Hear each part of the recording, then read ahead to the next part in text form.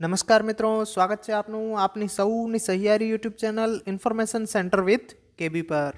આજે આપણે ગુજરાતી ગ્રામરમાં કાવ્ય પંક્તિઓનો વિચાર વિસ્તાર અર્થ વિસ્તાર જોવાના છીએ।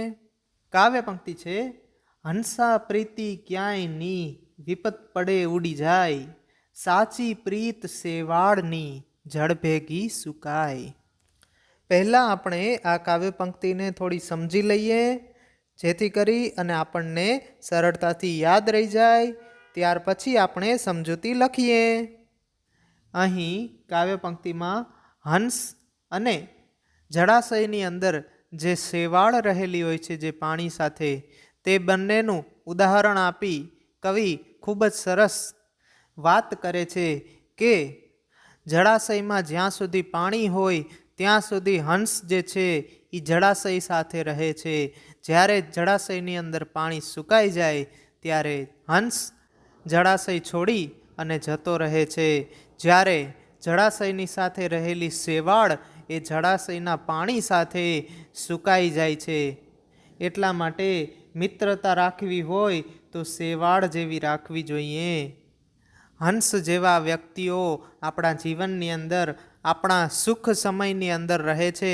જ્યારે આપણા જીવનમાં દુઃખી સમય આવે ત્યારે આપણને છોડીને જતા રહે છે।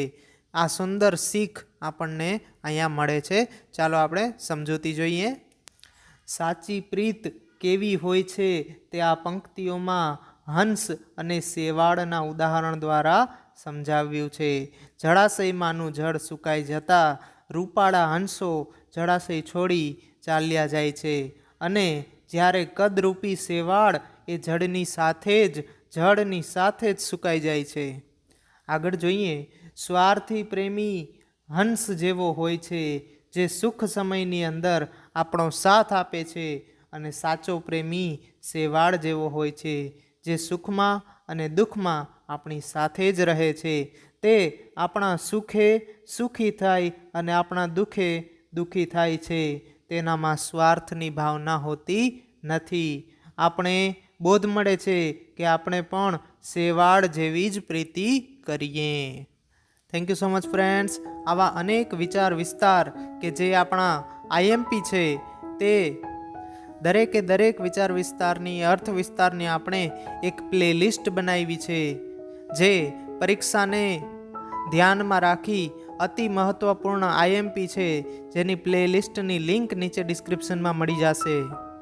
આ વિડીયો આપણને કેવો લાગ્યો, લાઈક અને કમેન્ટ્સ આપીને જણાવજો, અને આપણા મિત્રોને પણ આ વિડીયો શેર કરી તેમની પણ મદદ કરજો।